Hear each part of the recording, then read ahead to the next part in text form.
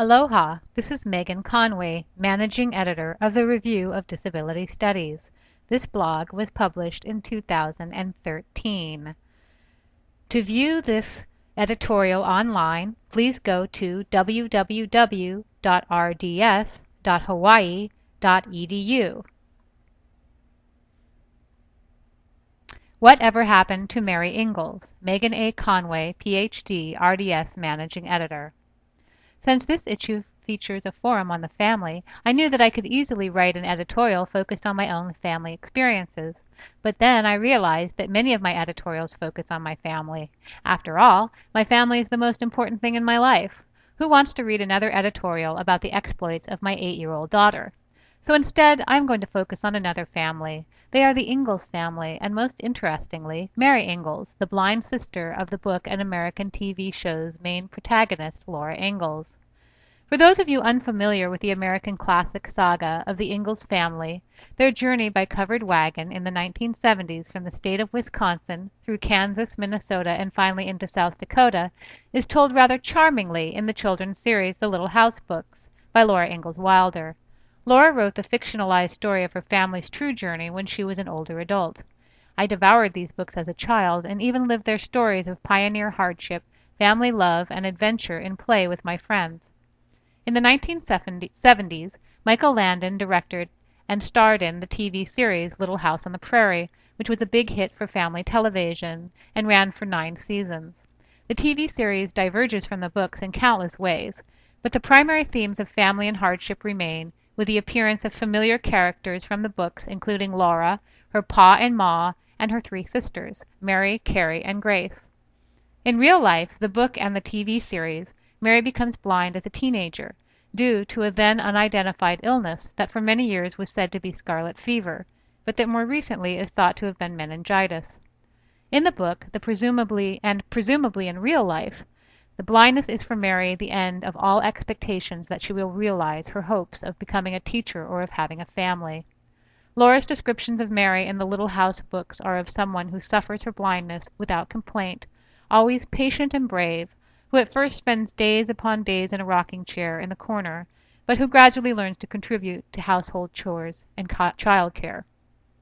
As told in the Little House books, and according to Wikipedia, although Mary does have the opportunity to attend a school for the blind in Iowa, where she is educated and learns vocational and housekeeping skills, she lives with her parents or sisters for her entire life and never has a family of her own. Her primary vocations include involvement in church life with her mother and making fly masks for horses to help make ends meet after her father dies. As a child, I never noticed the sad plight of Mary, other than to sympathize with her blindness in a general way. I never connected her blindness to mine, or noticed any differences between her sheltered life and my life of mainstream schools, wandering the neighborhoods of San Francisco with friends, and dreaming of a career as a movie star or a lawyer if that didn't work out.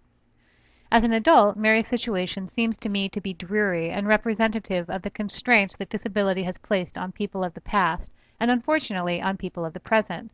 Why could not Mary have had a family of her own, and pursued a career as a teacher, even if only as a teacher of others who were blind? Apparently, the creators of the Little House on the Prairie TV series thought the same. In the concluding episode of Season 3, Mary is slowly going blind. In the book By the Shores of Silver Lake, Laura writes, "All that long time, week after week, when she could still see a little, but less every day, Mary had never cried." In the TV episode, we counted no less than 7 bouts of tears in the 1-hour episode, from each of Mary, Pa, Ma, Laura, friends, and neighbors. In any case, in this final episode, before she became blind, Mary was being courted by a neighbor boy, but her blindness puts an end to that, and not without a choice scene featuring Mary screaming at the hapless lad, "Get out of here, just get out," and then, you guessed it, bursting into tears. So Mary is shipped off to school for the blind, where she seemingly spends about a month, but actually spent 8 years. There she meets her teacher, Adam, who it turns out is very young and very handsome. Of course, she can't see him, but we sure can. Adam teaches Mary some important life skill lessons. You will learn to eat with a fork, and apparently some other skills as well, as Mary and Adam fall in love, and the season ends with plans for their future together helping other blind people. I definitely prefer the TV version of Mary's prospects. according to a website devoted to the history of the Iowa Braille School.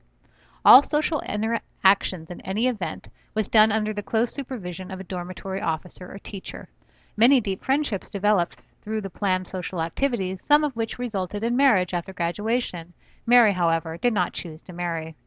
The real Mary Ingalls left a much smaller mark on the world than her TV persona. Did she ever sneak away to kiss a sweetheart when the dorm mother wasn't looking? Did she truly live a life of pious spinsterhood, as the limited records about her would suggest? Did she have a choice? Mary's place as a family member, both in the home and without, was seemingly dictated by her blindness rather than informed by it. I wish history indicated otherwise.